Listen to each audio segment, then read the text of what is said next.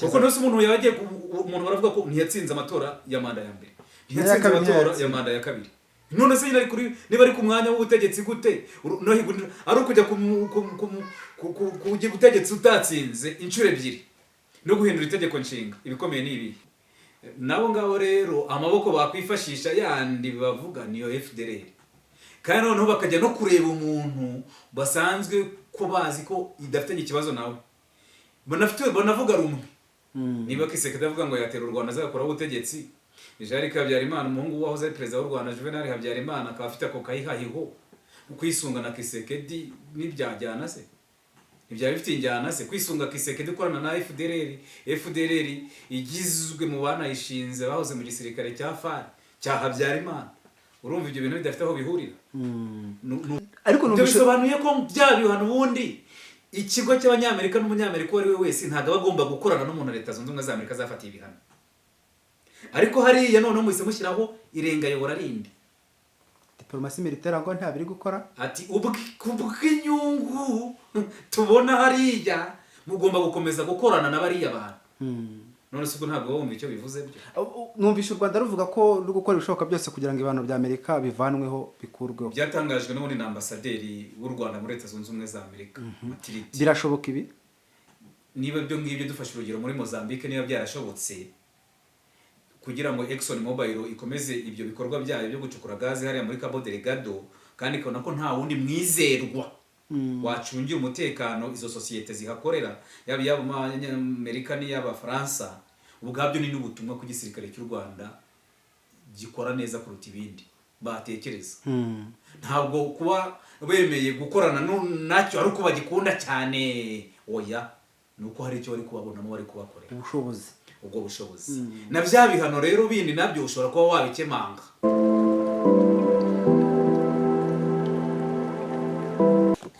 Mbahaye ikaze mwese by'umwihariko abakunda ibiganiro bica kuri Ntakirutimana Alfred, ni cano ibagezaho ubusesenguzi, inkuru zitandukanye.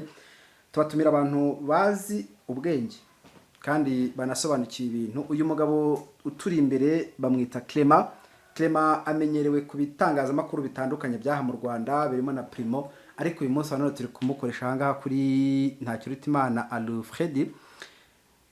Ndagusuhuje.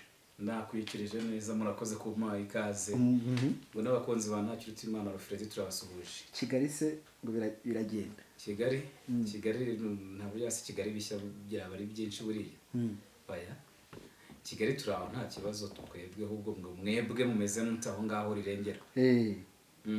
Hari icyo bita Minisiteri y'Ubukungu cyangwa se by'umwihariko abafite ubukungu mu nshingano muri Leta Zunze Ubumwe za Amerika bagize bari cyabafatisha ibihano bamwe mu bantu bakomeye barimo igisirikare cy'u Rwanda, barimo Kabila. Bukeye tugiye twumva bafatiye n'abantu bane bakomeye by'umwihariko mu gihugu cy'u Rwanda n'abagaba b'ingabo. Nuko bukeye tugiye twumva ndikugenda nkoresha bukeye kugira ngo tugiye twumva umuntu bita Imani Nzenze yafatiwe ibihano, umwe mu bagabo bakomeye cyane ushinzwe ubutasi n'ibikorwa mu gisirikare cya AFC M23. Ni ARC gisirikare cyayo. Yego. Ariko si we wenyine, harimo n'umuntu wo muri FDLR. Akantu ushaka kukagarukaho, Leta Zunze Ubumwe za Amerika ziherutse gutangaza imitwe y'iterabwoba ntiyagaruraho FDLR, kandi uyu mutwe wari umazeho imyaka isaga 30 yose bawugaragaza nk'umutwe uteje ikibazo ku mutekano mu karere k'ibiyaga bigari. Yego. Gufatira uyu umugabo ibihano umwe mu basirikare bo muri FDLR nk'umutwe n'ubundi basanzwe bazi kubaho, kuko ntabafatira ibihano ku bantu badahari, ariko noneho bikanagaruka ko uwo mutwe utakiri mu mitwe y'iterabwoba, bivuze iki by'umwihariko Clement? Ni ukuvuga ngo mbere na mbere wenda duhereye kuri FDLR. FDLR ubundi nyamvuga ko Leta Zunze Ubumwe za Amerika zayitagatifuje, ariko nanone zayitagatifuza nizo zari zarayishyize kuri urwo rutonde. Kubera ko ubundi ibintu hari ibintu byinshi abantu tuba tugomba gusobanukirwa. Nose ubundi kugira ngo umutwe w'iterabwoba ubwo bizajya bisaba ko Leta Zunze Ubumwe za Amerika ziha umugisha. None se ko ari imitwe myinshi ishingwa byagizwemo uruhare n'ibyo bihugu byo mu burengerazuba na Amerika, ngo nayo izajya igaruka ishyirwe ku rutonde kandi bayishinze aribo baragaruka kuyigenzura bakashyira no ku rutonde. Ni ukuvuga ngo hariya urebye ibikorwa muri rusange biba bigaragaza nyine za mpamvu ko ibihugu byo mu burengerazuba na Amerika bafata ibindi bihugu bya Afurika n'ibindi muri rusange. Niba warafashe mu mwaka w'ibihumbi 2000 warafashe umutwe wa FDLR ukawushyira ku rutonde rw'imitwe y'iterabwoba, 2026 ntusohoke ku rutonde rw'imitwe y'iterabwoba. Ese ibikorwa wa mutwe wakoraga byararangiye? Oya. Wa mutwe se ntukibaho? Oya. Biragaragaza nyine uko Leta Zunze Ubumwe za Amerika ziba zifata uwo mutwe no kutagatifuza, ariko nanone ibikorwa rimwe bikorwa ukabona bigenda bisa nk'ibivuguruzanya. Nose ni uwo mutwe atari uw'iterabwoba ukaba utagatifusha utawushyize ku rutonde, uri gufatira abayobozi babo ibihano ukubera iki? Biragaragaza rero uko Leta Zunze Ubumwe za Amerika ibyemezo igenda ifata rimwe na rimwe ni ibyemezo babifitiye inyungu bitewe n'impamvu ihari. None se niba umutwe wa FDLR uri gukorana n'igisirikare cya Repubulika Demokarasi ya Kongo mu ntambara bahanganyemo n'ihuriro AFC 23, na raporo zitandukanye z'umuryango w'abibumbye zigaragaza ko rwose FDLR ikorana hand in hand, ikiganza ku kindi, ndetse no kumbere ku rugamba. Uri ingabo z'u Burundi n'ingabo za FDLR nizo ziri kurwana ku rugamba, abandi ni uguherekeza. Ubwo wenda abandi twavuga ni babacancuro bakoresha drone. Wakubitiraho umwuko hari niba iyo FDLR ikorana n'ubutegetsi bwa Kinshasa, sibyo? Kinshasa iri gukorana na Leta Zunze Ubumwe za Amerika mu masezerano ya Washington ibuye.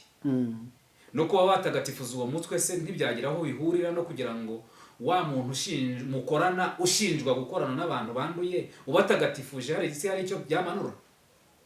Nge mbivuga muri ubwo buryo ukurikije uwo mwuka w'amasezerano ya Leta Zunze Ubumwe za Amerika na Repubulika Demokarasi ya Kongo, no kuba Repubulika Demokarasi ya Kongo gisirikare FARDC gikorana na FDLR. Hari na raporo nyinshi zibigaragaza ko bakorana, yewe banahembwa no ku murongo w'urugamba. Nabo ubwabo n'abavayo n'uyu munsi niyo wajya mu tobo wabahasanga baguhamya ko bakorana n'igisirikare cya Kongo, bitabira inama i Kinshasa.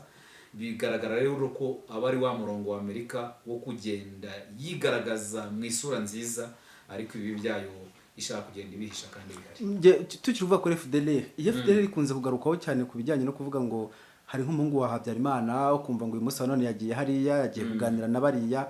Urabona kuri wowe urabona intumbero ya FDLR by'umwihariko ndetse na Leta ya Kinshasa ari iyihe kuri Leta y'u Rwanda by'umwihariko?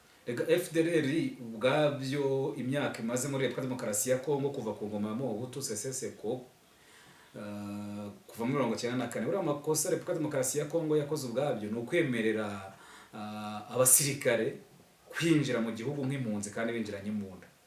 Ubu ntabwo abasirikare bahunze batsinzwe urugamba binjira mu gihugu ngo bahungane imbunda, ntabwo amategeko mpuzamahanga ababyemera. Ubu icyo gihe imbunda muramanitse amaboko, imbunda murazitanga mukinjira nk'abasivili. Kuba rero kuva muri iyo myaka za 1994 kugeza magingo aya ngaya FDLR yagiye ibanza kwitwa amazina atandukanye kugeza uyu munsi ari FDLR, n'ubundi byagiye bigaragara ko yagiye ikorana n'ubutegetsi bwa Kinshasa mu byabihe zitandukanye, kugeza no kuri ingoma ya Felix Antoine Tshisekedi Chilombo yivugira ubwe ko azakuraho ubutegetsi bw'u Rwanda, ko azarasi Kigali yibereye i Kinshasa.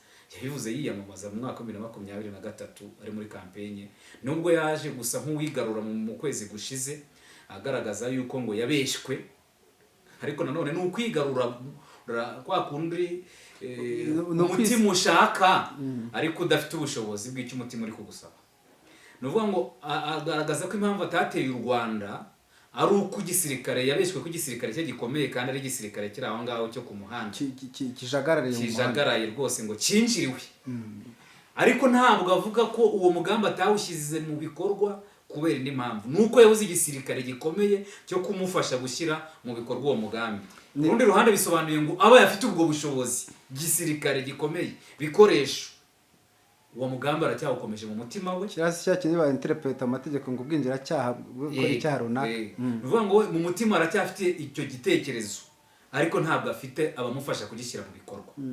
Biragaragaza yuko rero FDLR kandi niyo ya mbere yo kwifashishwa, kuko FDLR barakorana ku rugamba n'ubundi bararwana, itanga imyitozo, barahembwa, hari abari kuri payroll bahembwa buri kwezi, kugaragaza ko mukorana n'ubundi ku murongo w'urugamba muba muri kumwe. Na ya masezerano ya Washington ni kuri iriya ngingo ya Repubulika Demokarasi ya Kongo isabwa. Urabizi ko ziriya ntumwa z'Ubusuwisi ziriya ntumwa za Leta Zunze Ubumwe za Amerika na Doha ubwo baheruka muri Repubulika Demokarasi ya Kongo bakaza ni Rubavu mu Rwanda bakonana n'ihuriro AFC 23 uziko mu byo batangaje bavuze yuko bageze Kinshasa bagasanga nta kintu na kimwe Repubulika Demokarasi ya Kongo yigize yubahiriza. Nivuga ngo byose ibyo babasabye byose nta kimwe yigeze bakora. No kuba za mfungwa babonye 37 zara bivugwa ko zarekuwe kuko AFC 23 ntiratangaza ko yazakiriye. Muri zira 37 zarekuwe hari harimo 20 n'ebyiri zari zarafunzwe zirangiza n'ibihano. Zirangije n'ibihano zikomeza no gufungwa mu buryo bunyuranyije n'amategeko kuko ntizarekuwe zikirangiza ibihano. Kuzifungura rero urumva zarafunguwe ubwazo za 15 kuko ubundi we baragukatiye ukora igihano nakirangiza ahubwo ukora n'umurengera ntabwo umuntu yagombye kuba yigamba ko yakorekuwe kandi muri yarategetswe kukurekura mu mategeko ntabwo n'uwo muntu yagombye no kuza mu rutonde kubera ko n'ubundi ni umuntu wagombye ahubwo kuba wararekuwe kera kuko ibihano yarabirangije. Kutabitangaza kwa FCM Veterans ntibyabihundiranye n'ibyo ngibyo uri gusesengura uri gusobanura. Impamvu mvuga n'ibyo ngibyo bagerayo bari banarekurwa banarekuwe mu gihe izo ntumwa zari zimaze kugaragaza ko nta cyakozwe. Mbega ni nko kwerekana ko hari agatambwe mukomeje gutera. Noneho wanareba ngo Repubulika Demokarasi ya Kongo irasabwa gusenya umutwe wa FDLR. Igisirikare cya Kongo cyanywanye na FDLR inarusha ingufu ku murongo w'urugamba. Nta biragoye bisa n'ibidashoboka ko aka kanya wagenda ngo ushimangire ku gisirikare cya Kongo FARDC gifite ubushobozi bwo kurugenda bagasenya FDLR. Noneho navugaga barananywanye izo ngendo kuba noneho izo ngendo zose no kuzihuza na Jean-Luc Habyarimana. Jean-Luc Habyarimana amazi imitsi agenda akorera ingendo zitandukanye mu butegetsi bwa Kinshasa. Abantu bambere agomba gukoresha nizo FDLR. Izo FDLR ziri active mu nicyo gisirikare reka. Izizumva bumva bose bigamba ngo bari hirya no hino ngo no opposition uretse ko opposition nayireba rimwe na rimwe ukabona ibintu bivuga ukabona biragoye. Ariko ntacyo reka tubita uko biyita ngo no opposition. Nta opposition ubwabyo yabiri hanze y'igihugu ivuga ngo irashaka igihugu idafite umutwe w'igisirikare yifashisha. Ayo se 23 turi kuvuga ubu ifite urwego rwa politiki ifite n'urwego rwa gisirikare kandi gikomeye. Nabo ngabo rero amaboko bakwifashisha yandi bavuga niyo FDLR. Kandi noneho bakajya no kureba umuntu basanzwe ko bazi ko idafitanye ikibazo nawe. Banavuga rumwe. Niba Kisekedi avuga ngo yatera u Rwanda azakora ubutegetsi, Jean-Luc Habyarimana umuhungu wahoze ari perezida w'u Rwanda Juvenal Habyarimana akaba afite ako kayihahiho kwisunga na Kisekedi n'ibyajyana se. Ibya bifite injyana se kwisunga Kisekedi ukorana na FDLR igizwe mu bana yishinze bahoze mu gisirikare cya FARC cya Habyarimana.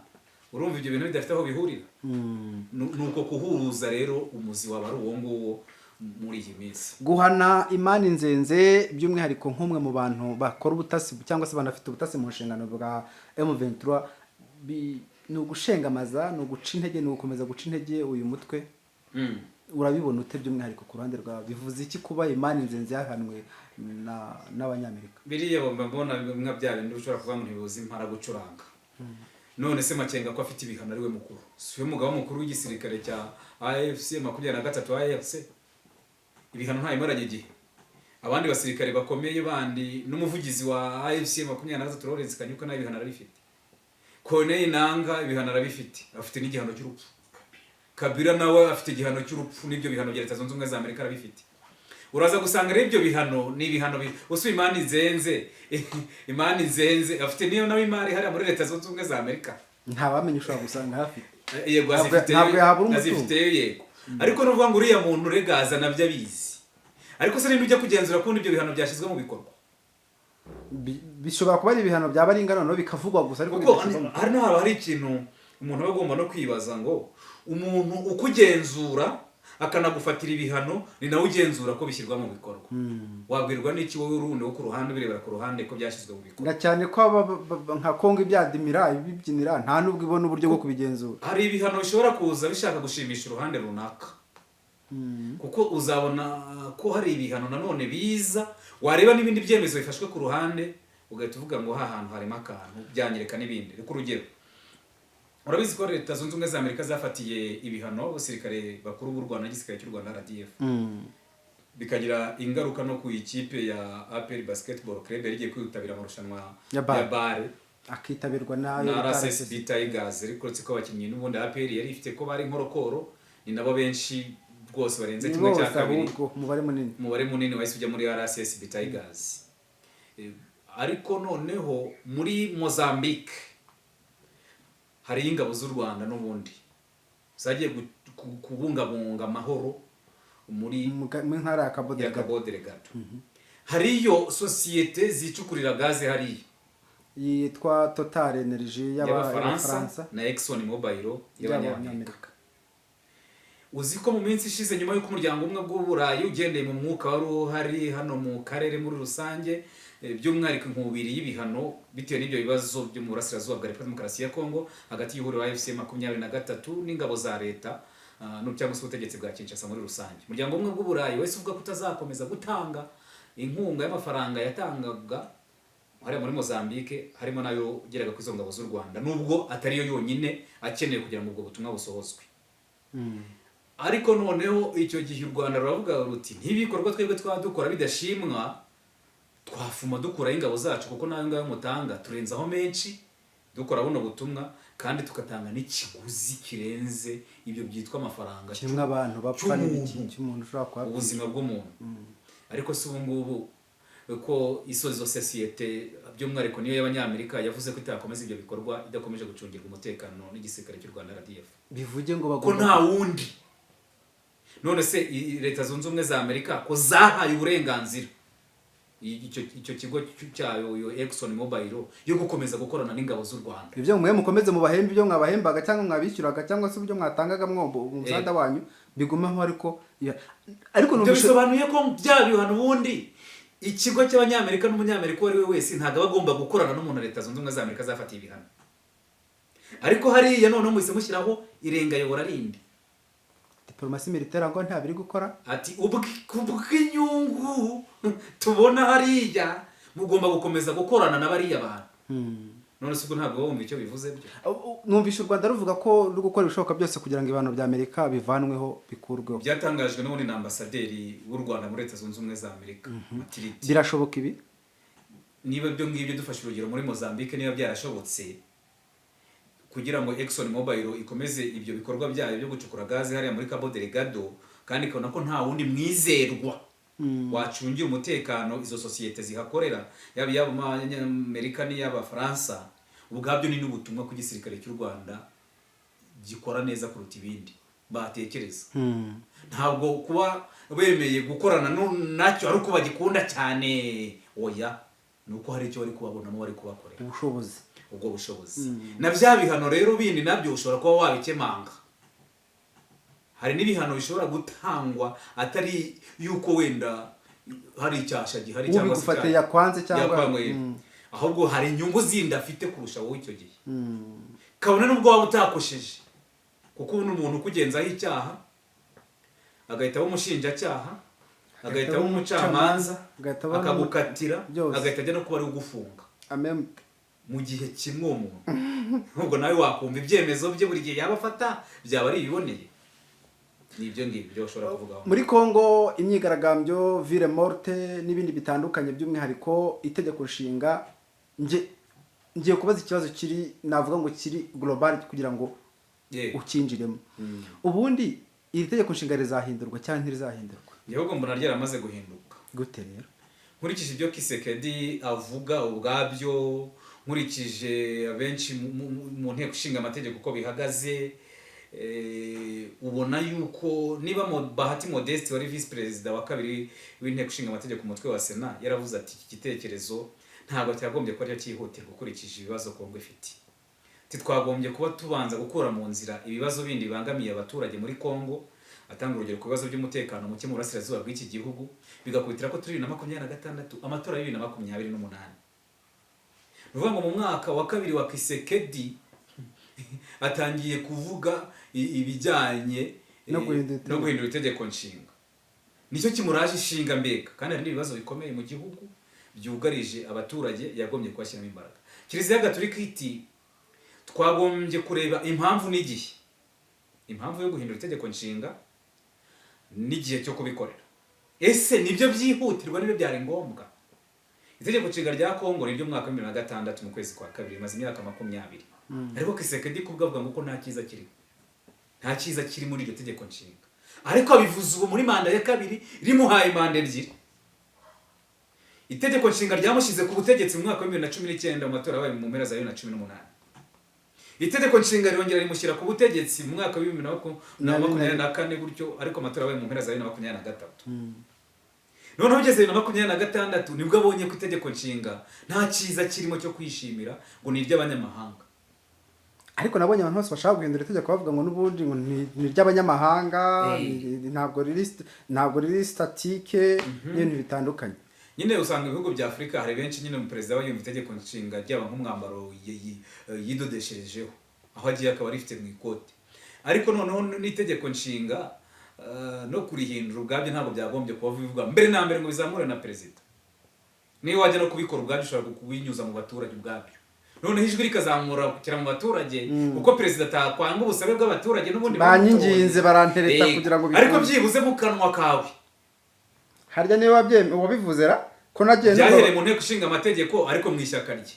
Yose mu ishyaka rye bajya kuvuga ibintu umwe uturutse bukuru ukwira hose. Ariko nyuma noneho mu kiganiro n'abanyamakuru arabyivugira. Aravuga ati ariko ngiye buriye ngiye nibona aho Kongo ugeze uyu munsi ntabwo izi manda ebyiri zazihagije. Kubera ko abaturage nibabisaba mbona 2034 byari atavuga ngo abaturage nabo mwisaba. Yavuze ngo kugira ngo Kongo izaba yigejeje ahantu heza nk'aho ibindi bihugu bya Afrika bimwe byageze byasaba ko ari byageza 2034. Nyuma nibwo yavuze ngo abaturage bayimusabye ntiyahakana. Ariko noneho urebye mu nteko ishinga amategeko kuntu Bahati byahise bimugwa nabi bakamweguza. Urebye campaign iri gukorwa na Ministry wa Sport avuga ko nta wundi mu president mu mateka Kongo yigize igira nka Kisekedi. Ngo ni mu president umwe rukumbi. Kintu urabona kidafite izindi mbaraga zikiri inyuma. Oye imbaraga utusubira inyuma ukajya kureba ngo ubundi yageze ku butegetsi gute. Ese Kisekedi yasanzwe azwi muri politique ya Repubulika Demokarasi ya Kongo. Byibuze uri turi kuvuga Etienne Kisekedi byari kuba byumvikana isi. Ahubwo ibigwi byase nibyo byaba byaragizemo akahihahiho ko kumutiza ubutegetsi. Ni n'umuntu utazwi no muri Repubulika Demokarasi ya Kongo cyane ukurikije nuko azwi mu Bubiligi. Kuba rero yaraje n'ubundi atunguranye amatora n'ubundi ibivugwa n'ubundi Colonel Nango ari president wa komisiyo y'amatora muri Kongo Seni arabyivugira ko atari yatsinze amatora n'uwari watsinze amatora kandi arabyivugira ko yari yatsinze akiba. Hari n'abaperezida b'ibihugu by'ibituranyi babihakana ko atari yatsinze. Yego bakavuga bati niba mugira ngo warabeshya uzabaze president wa Afrika y'Epfo Cyril Ramaphosa nubwo nabo ngo ingoma irimo amarushywa ati muzabaze RCC wa Misiri yari ahari mubaze Naruto na Joseph Kabila na Uhuru Kenyatta. Aho ngabo bari bahari hacurwa umugambi wo guhererekanya babyita kumuremera.